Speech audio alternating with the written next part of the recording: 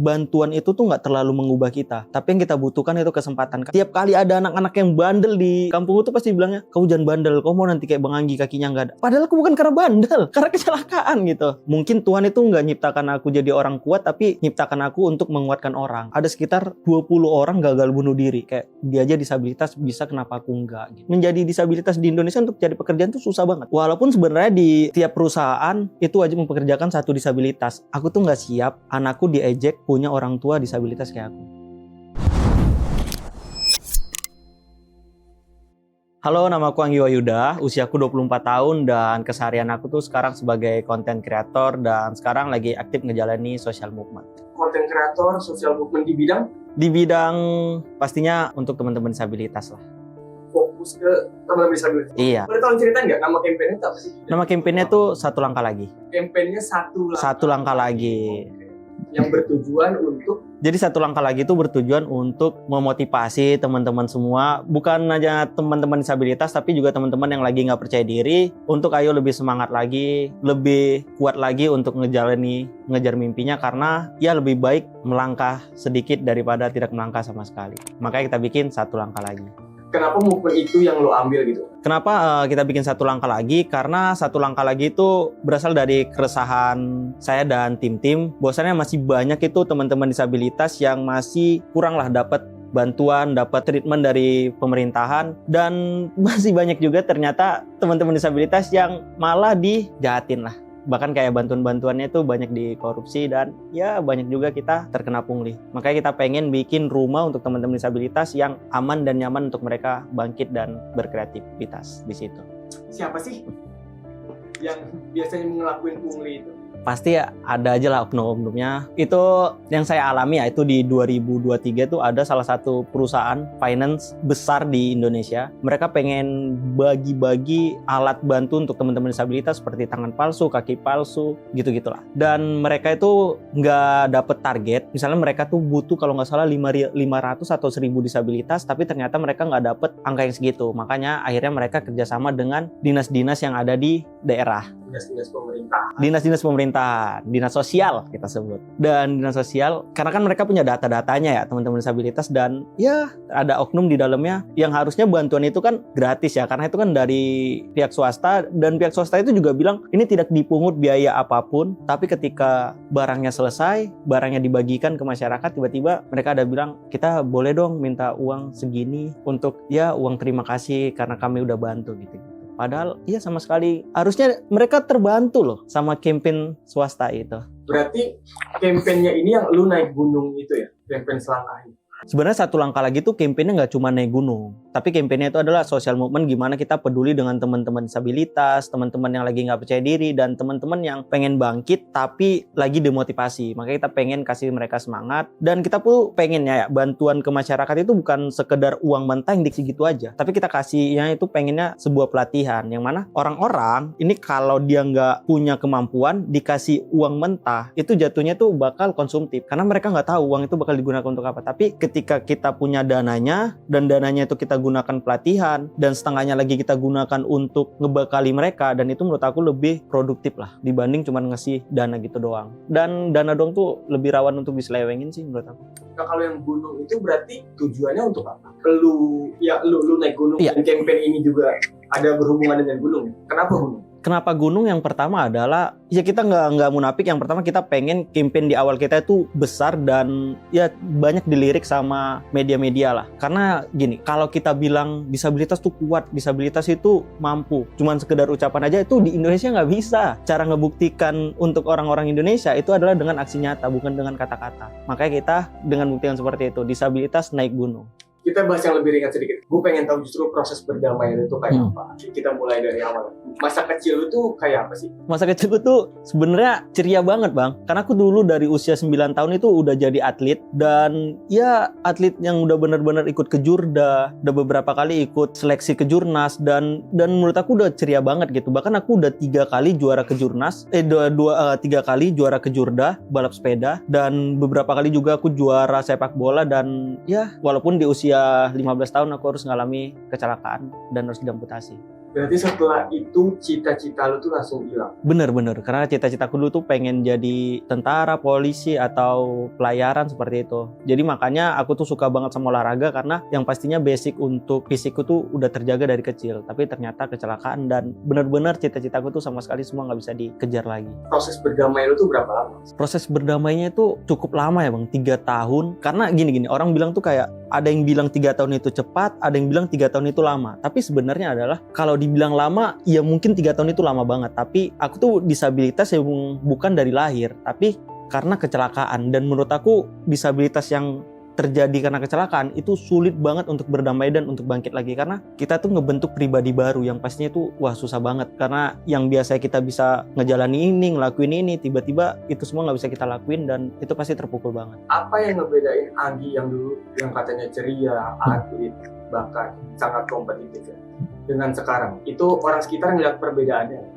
Kalau orang sekitar mungkin ngiranya adalah sekarang tuh bingung ya Bang, kayak di daerah tuh orang-orang sekitar tuh ada yang nganggapnya jadi contoh negatif, ada yang jadi contoh positif gitu. Contoh negatif itu kayak tiap kali ada anak-anak yang bandel di kampung tuh pasti bilangnya, "Kau jangan bandel, kau mau nanti kayak Bang Anggi kakinya nggak ada." Padahal aku bukan karena bandel, karena kecelakaan gitu. Cuman yang positifnya itu kadang orang-orang bilang kayak, "Lihatlah tuh Anggi walaupun kakinya satu tapi dia bisa mandiri di perantauan, bisa beliin motor orang tuanya, bisa ngajak jalan-jalan orang tuanya, dan ya harusnya kau yang punya kaki 2 bisa lebih dari itu." Di usia 15 terus 3 tahun proses berdamai, di tahun keberapa lu ketemu stand up? Ketemu stand up itu di 2017 akhir. Usia 17 tahun, pada saat itu tuh lagi baru selesainya Suca 3 Indosiar, dan itu ada salah satu orang Binjai main di situ, tampil di Suca 3. Namanya Joshua Bulele. Lu inspired sama dia, terinspirasi dari dia? Terinspirasi dari dia juga, tapi sebenarnya adalah pada saat itu tuh di Suca 3 Indosiar tuh ada namanya Bang Dani Aditya, komika disabilitas. Dia tampil di situ dan itu tuh yang bikin aku kayak, aduh dia yang jalan aja susah, ngomong aja susah, tapi dia bisa bangkit dan bisa semandiri itu. Tapi kenapa aku yang ngomong lebih lancar, jalan lebih cepat, masa aku gini-gini aja gitu. Berarti kan lu 15 kecelakaan, 3 tahun berdamai, tapi di tahun kedua tuh ketemu stand up kan? Apakah komedi ngebantu lu buat jadi lebih kebal segitu? Awalnya aku tuh masih ada rasa baper ya, masih ada rasa kayak misalnya open mic gitu, ada cewek tuh aku tuh nggak berani yang udah komedi banget, dan kalau dicengin tuh masih berasa sakit hati banget. Tapi ternyata komedi itu yang bikin aku tuh jadi lebih ya berdamai aja. Dan situ tuh aku berpikir kayak ternyata kekuranganku tuh bisa dihargain ya di seni ini. Dan itu tuh yang buat aku kayaknya mungkin Tuhan itu nggak nyiptakan aku jadi orang kuat, tapi nyiptakan aku untuk menguatkan orang. Jokes apa yang bikin lo ngerasa, oke, ini pertama kali lucu, gue ngebahas gue, dan oh ya gue diterima nih karena jokes ini, atau di momen apa lo pertama kali ngerasa itu? Sebenarnya kurang ajar sih ya jokes itu ya. Ada dua jokes. Yang pertama jokesnya itu jadi sering jadi openingku yang kayak, "Perkenalkan, namaku Anggi dan aku seperti ini karena korban kecelakaan, aku ditabrak sama Tamiya." Itu jokes pertamaku, dan yang paling ngebekas banget tuh di orang-orang tuh jokesku yang bilang kayak gini tuh, walaupun aku disabilitas, walaupun aku punya kaki satu, tapi hal itu tuh nggak ngebuat aku susah untuk dapetin cewek, dan jujur aku pernah selingkuh kan gitu. Dan penonton tuh kan kayak, ya gitu, ya kenapa Bang, emang orang cacat nggak boleh punya nafsu gitu. Oh ternyata boleh? Ternyata boleh. Nggak juga sih sebenarnya, salah ya. Tapi kan tahap seleksi ya. Masa orang cacat nggak boleh milih ya, nggak inklusi nih. Baru sampai ke akhirnya ngonten kan? Kenapa akhirnya mutusin milih konten? Kenapa akhirnya memutuskan untuk konten? Karena di 2018 itu tuh kan aku selesai dari Suca 4 Indosiar. Nah itu mamaku nyuruh balik ke Binjai, nyuruh kuliah, dan itu tuh bener-bener kosong banget kehidupan aku selain kuliah dan stand up. Dan akhirnya banyak teman-teman nyaranin, coba deh bikin konten, coba deh ngonten di YouTube gitu, di Instagram. Dan itu tuh bikin aku kayak, oh iya kayaknya boleh deh nih ngonten gitu. Dan alhamdulillah pada saat itu tuh dengan ngandalkan kekurangan ini tuh, wah cepet banget tuh 4 bulan kalau nggak salah bisa tembus 50.000 subscriber. Apa sih impact konten ke seorang Anggi?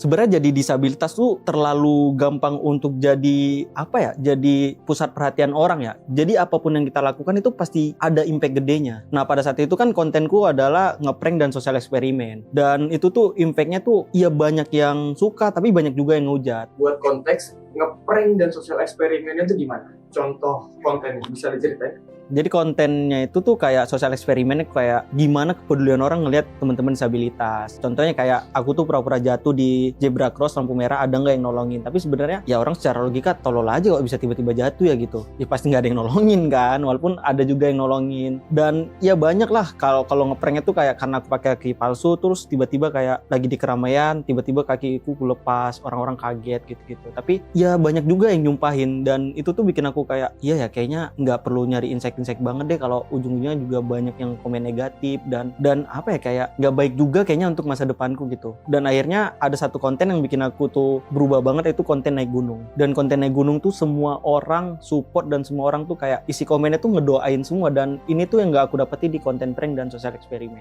Konten-konten komedi itu impact-nya justru plus minus kalau gue. Plus minus, tapi naik gunung tuh impact-nya bagus banget, menurut aku bagus banget, karena sampai sekarang tuh banyak banget teman-teman yang lagi demotivasi, teman-teman disabilitas yang sampai sekarang tuh kalau aku buka di DM bagian permintaan tuh ada aja tuh yang mereka curhat tentang hidupnya. Bahkan pernah terjadi di masa Covid itu, kalau aku hitung sampai sekarang ya itu ada sekitar 20 orang gagal bunuh diri gara-gara konten-konten gunungku. Mereka ya sadar lah, gara-gara mereka lihat kayak dia aja disabilitas bisa, kenapa aku enggak gitu. Mereka jadi pengen naik gunung.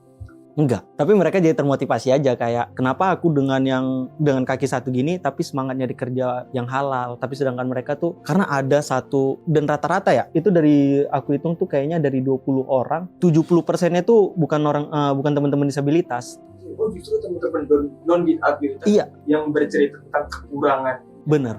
Mereka dan terinspirasi dari lo. Iya, dan itu tuh rata-rata yang gagal wisuda, yang dia di DO, terus kayak ada juga itu yang sedih banget, aku merasa tuh dia kerja, terus tiba-tiba di PHK, tapi orang tuanya tuh terlalu banyak nuntut ke dia untuk ngehidupin adiknya, akhirnya dia nyari jalan pintas untuk jadi PSK.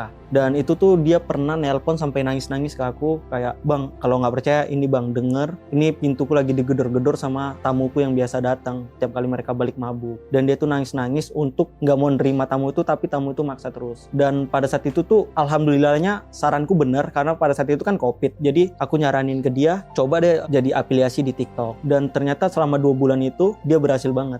Itu kan lu di konten kreator. Gue bisa bilang nggak sih, lu tuh salah satu konten kreator difabel awal yang akhirnya menginspirasi banyak konten kreator difabel lain untuk berkomedi, untuk ngejokes. Statement itu bisa dibilang benar. Kalau konten kreator disabilitas pertama kayaknya enggak deh, banyak. Tapi kalau yang fokusnya di gunung kayaknya baru aku. Walaupun banyak pendaki-pendaki disabilitas yang udah duluan naik gunung ya sebelum aku. Lu termasuk tahap-tahap awal dan mungkin kelihatan termasuk yang paling dulu kelihatan seperti itu kali. Kalau itu mungkin iya, karena sampai sekarang tiap ada teman-teman disabilitas yang naik gunung, mereka tuh selalu nge-tag aku di IG story, bahkan kayak mereka nge-DM, "Bang, alhamdulillah aku udah bisa naik gunung juga kayak Abang." Makanya aku tuh tahun depan ada satu ideku, aku pengen bikin jambore disabilitas, 15 orang disabilitas naik gunung. Jambore, pure jambore, bukan stand up jambore ya? Enggak, pure jambore teman-teman disabilitas. Kita bakal bikin campaign di atas gunung bareng 15 teman disabilitas. Tapi sekarang teman-teman disabilitas tuh banyak yang jadi konten kreator. What do you think? Iya, karena nggak ada pekerjaan lain, nggak ada apa ya, susah banget menjadi disabilitas di Indonesia. Untuk cari pekerjaan tuh susah banget. Walaupun sebenarnya di Undang-Undang Nomor 8 tahun 2016 tuh tiap perusahaan itu wajib mempekerjakan 1 disabilitas dan 1% disabilitas dan 2% untuk BUMN dan BUMD. Tapi aku tuh pernah datang ke suatu perusahaan nanya itu, dan mereka bilang kayak, ya kalau kami nggak butuh, masa dipaksa harus ada. Nah harusnya Pak, kalau itu udah jadi undang-undang harus ada penekanan kan, jadi suatu kewajiban. Berarti seenggaknya perusahaan itu hanya menampung 1%-nya orang difabel. Iya, 1-2%. 1-2%. Sedangkan itu jumlah yang banyak loh. Maksudnya apakah jumlah orang difabel nyampe 2% dari keseluruhan masyarakat Indonesia? Kita bisa berasumsi kayak gitu ya. dari data 2023 itu disabilitas di Indonesia itu angkanya hampir 8%, dan itu 20 juta lebih orang disabilitas di Indonesia. Jadi kalau angkanya cuma 1%, kayaknya dikit banget. Justru masih kurang. Masih kurang sebenarnya, makanya masih banyak teman-teman disabilitas yang kita lihat tuh ya mereka ya jadi konten kreator, tukang pijet, bahkan ya live TikTok seperti yang aneh-aneh kita lihat ya, kayak mandi lumpur atau apa. Ya kita nggak bisa nyalakan mereka sepenuhnya, tapi nggak bisa nyalakan pemerintah juga, nyalakan masyarakat juga, karena ya emang semuanya perlu dibenahi. Pemerintah harus menegaskan regulasinya, masyarakat juga harus punya kesadaran dan jangan terlalu melihat teman-teman disabilitas itu ya lemah. Ya minimal pemerintah dan masyarakat tuh kasih kesempatan, kasih kepercayaan, kasih ya momen untuk teman-teman disabilitas untuk berkarya dan bangkit lah. Lu mention tadi kasih kesempatan, kasih momen, lu nggak mention sama sekali kasih bantuan lu. Apakah karena bantuannya udah cukup? Kita sadar ya, sebenarnya bantuan itu tuh nggak terlalu mengubah kita. Tapi yang kita butuhkan itu kesempatan. Karena dari teman-teman disabilitas yang aku kenal dan teman-teman disabilitas yang aku akrab, kita tuh sebenarnya cuma butuh kesempatan aja. Dan karena kita tuh udah tahu kita mau ngapain aja. Cuman kesempatannya aja yang nggak ada. Contohnya kayak aku sarjana ekonomi, tapi sulit banget nyari pekerjaan. Makanya aku merantau dari Binjai ke Jakarta. Karena di daerah tuh susah banget. Untuk teman-teman Teman-teman disabilitas. lu kan sekarang konten kreator, komik juga, dan orang difabel. Kekhawatiran lu tuh apa sih yang ngeganggu lu benar-benar di kepala lu? Kekhawatiranku tuh adalah yang pertama tadi pekerjaan. Tapi yang paling mengganggu aku tuh adalah sampai sekarang tuh alasan aku takut nikah ya tuh karena aku tuh nggak siap anakku diejek punya orang tua disabilitas kayak aku. Makanya orang-orang tuh pada bilang kan, ngapain sih maksa-maksa naik gunung? Ngapain sih sampai-sampai merantau kayak gitu? Sedangkan di Binjai aja bisa nyari kerjaan gini-gini dan cukup. Iya karena aku tuh aku tuh dikenalnya bukan karena disabilitas tapi karena karyaku dan apa yang aku buat. Jadi ketika aku punya anak, anakku bisa ngebanggain itu. Walaupun dia diejek punya ayah yang seperti aku, tapi aku tetap janji ketika aku menikah nanti aku tuh bakal pakai kaki palsu juga. Apakah itu bisa dibilang lu mau mencoba menutupi demi anak? Sebenarnya kalau soal kenyamanan aku lebih nyaman seperti ini. Karena kaki palsu basicnya yang nyaman itu angkanya ratusan juta. Dan menurut aku daripada mengeluarkan uang 300 sampai 500 juta untuk kaki palsu kayaknya lebih make sense beli sawit deh. Hidupku tenang di situ. Tapi kan harus ada mental anak yang harus aku jaga. Berarti justru kekhawatiran lu sekarang karena lu terkenal, punya anak nanti, dia ngeliat bapaknya pernah kayak gitu. Iya, sebenarnya itu juga jadi batasan aku sih. Semakin aku banyak lah di media-media itu menjadi batasanku juga. Bosannya aku tuh nggak bisa kayak ngelakuin hal aneh-aneh lagi. Kayak ya ngeprank aneh, bahkan kayak konten-konten yang aneh lah gitu. Karena aku takut jejak digitalnya itu ada dan jejak digital tuh jahat banget. Mungkin efeknya bukan di kita tapi ke anak-anak kita nanti. Makanya kalau ditanya ke orang, "Gi, kenapa followers TikTokmu tuh udah ratusan ribu tapi kenapa nggak live TikTok? Kenapa nggak challenge?" Ya karena aku tuh takut aja ada orang yang ngerekam dan itu tuh bakal jadi jejak digital karena ya nggak ada gitu orang dengan ikhlasnya dengan tiba-tiba aja ngasih gift yang harga ratusan ribu sampai jutaan kalau dia nggak ngasih challenge. Dan challenge-nya kan aneh-aneh ya kayak mandi lumpur, ngejilat ban, kayak mukul-mukul wajah pakai sandal. Itu kan kayak aduh ngapain sih kayak gitu. Lu tuh dari tadi nyebut diri lu dan teman-teman tuh disabilitas. Apakah itu penyebutan yang menurut lu paling nyaman? Disabilitas sebenarnya banyak kayak penyebutan ya, disabilitas, difabel, ya mungkin dulu orang bilang cacat, cuman ya gimana ya, RI 1 aja bilangnya orang kurang ya. Tapi ya sebenarnya kita tuh mikirin teman-teman disabilitasnya juga, karena kan mereka juga ya mungkin cacat itu terlalu kasar, makanya kita perhalus lah nyanyi disabilitas. Tapi sebenarnya adalah ya udah panggil nama aja udah. Ya kayaknya disabilitas, difabel itu terlalu ininya di Indonesia deh, di luar negeri nggak ada kelihatan, terlalu menghumanisasi aja sih. Padahal sebenarnya ketika kita dikasih kesempatan, dikasih kepercayaan, percaya diri kita jadi tinggi, hal-hal kayak gitu kayaknya nggak terlalu butuh deh.